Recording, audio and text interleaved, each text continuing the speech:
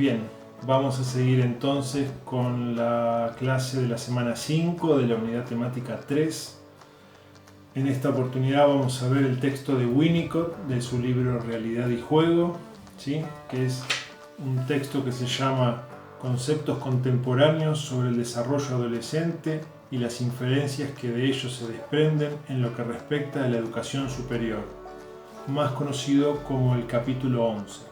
En las primeras páginas del texto, Winnicott nos va a hacer unas observaciones preliminares, va a hablar sobre determinados miembros de la sociedad que necesitan especiales cuidados, va a hablar sobre los criterios de enfermedad o salud para pensar unas cuantas cosas. Eso lo pueden ustedes leer sin inconveniente. Nos gustaría ubicar en este texto lo siguiente. Por ejemplo, si tienen esta edición de Gedisa, en la página 185, ¿sí? Aparece Winnicott hablándole a los padres de los adolescentes, y entonces dice: una fuente de confusión es la suposición de que si las madres y los padres crían bien a sus bebés y niños, habrá menos problemas. Lejos de ello, dice. Si sus hijos llegan a encontrarse a sí mismos, no se conformarán con encontrar algo, sino que buscarán la totalidad, y ello incluirá la agresión y los elementos destructivos que existen en ellos, tanto como los que se puede denominar amantes. Y se producirá esa larga pendencia a la que habrá que sobrevivir. Esa es una indicación de Winnicott frente a la confrontación adolescente, que él lo ubica ahí como algo saludable, ¿sí? La indicación es sobrevivir. Dice: si los adolescentes tienen condiciones de usar símbolos, jugar y ser creadores, van a tener suerte. Pero bueno, lo que se iba a indicar es que van a tener que tener paciencia con los adolescentes. En la página 186 hay un apartado que es el que nos interesa, que se llama Muerte y asesinato en el proceso adolescente, y es donde aparece esto que ya les vengo mencionando de la fantasía de asesinato simbólico de los padres, ¿no? Dice: cuando los adolescentes tienen libertad para expresarse, aparece un contenido de la fantasía adolescente, ¿no? Va a ubicar que si en la fantasía del primer crecimiento, es decir, en la niñez, hay un contenido de muerte, los niños en algún momento empiezan a fantasear con la muerte de sus padres cuando toman conciencia del paso del tiempo y de la mortalidad. Dice: en la adolescencia, esta fantasía, el contenido será de asesinato, ¿sí? Dado que crecer significa ocupar el lugar del padre, y lo significa de veras. En la fantasía inconsciente, el crecimiento es intrínsecamente un acto agresivo, y el niño ya no tiene estatura de niño, ¿sí? El cuerpo del niño, del que era un niño, ahora es un cuerpo grande, desarrollado. Entonces, la agresividad para con los padres se puede poner en juego de maneras muy diversas. Si se quiere que el niño llegue adulto, dice Winnicott, ese paso se logrará por sobre el cadáver de un adulto. No es literal lo que dice, ¿sí? Es una cuestión simbólica. Para llegar a ser adulto, habrá que pasar por el cadáver de un adulto. La rebelión corresponde a la libertad que se ha otorgado al hijo, ¿sí? Al educarlo de tal modo que exista por derecho propio. En la fantasía inconsciente, correspondiente al crecimiento de la pubertad y la adolescencia, existe la muerte de alguien, dice Winnicott.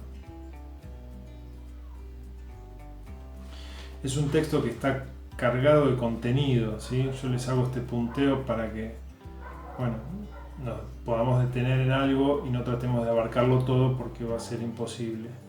Este es un libro, el de Realidad y Juego de Winnicott, que da para leerlo durante toda la vida, ¿sí? Una y otra vez.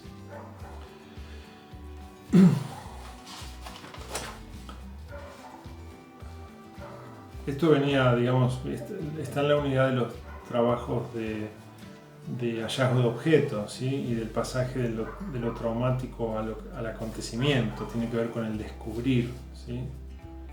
Va a señalar la importancia dice, el tema inconsciente puede hacerse manifiesto como la experiencia de un impulso suicida. Dice en un momento, los padres están en condiciones de ofrecer muy escasa ayuda. Lo mejor que pueden hacer es sobrevivir, mantenerse intactos y sin cambiar de color, sin abandonar ningún principio importante. Esto no quiere decir que no puedan crecer ellos mismos, ¿no? Va a hablar de la inmadurez adolescente, ¿sí? Y lo que él va a ubicar es que en realidad es un rasgo saludable del adolescente, esa inmadurez, y que sería perjudicial para los adolescentes hacerlos madurar demasiado rápido u otorgarles responsabilidades que son demasiado grandes para ellos, ¿no? Dice, cuando los adultos delegan la responsabilidad, ¿no? Tal cosa puede ser una forma de traicionar a sus hijos en un momento crítico. En términos del juego o del juego de la vida, se abdica en el preciso momento en que ellos vienen a matarlo a uno, digamos. Ellos necesitan de esa confrontación, y cuando esa confrontación no existe, que es una abdicación, ¿no?, al trono, una renuncia por parte de los adultos, bueno, hay algo ahí que se pierde de la experiencia. Dice, ¿alguien se siente feliz con eso? Sin duda no el adolescente, quien entonces se convierte en el establecimiento, es decir, cuando tiene que asumir responsabilidades. Se pierde toda la actividad imaginativa y los esfuerzos de la inmadurez. Ya no tiene sentido la rebelión, y el adolescente que triunfa demasiado temprano resulta presa de su propia trampa. Tiene que convertirse en dictador y esperar a ser muerto, no por una nueva generación de sus propios hijos, sino por sus hermanos. El adolescente es inmaduro, dice Winnicott. La inmadurez es un elemento esencial de la salud en la adolescencia. Y no hay más que una cura para ella, que es el paso del tiempo. Dice que la inmadurez contiene los rasgos más estimulantes del pensamiento creador. Estoy en la página 189, ¿sí? Si los adultos abdican, el adolescente se convierte en un adulto en forma prematura y por un proceso falso.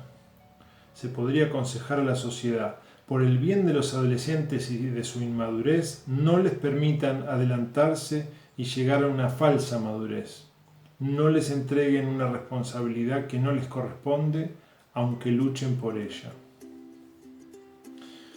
Fíjense lo que nos dice Winnicott ya al concluir su texto, después de hablarnos de la confrontación y de la importancia de la madurez y de las fantasías agresivas.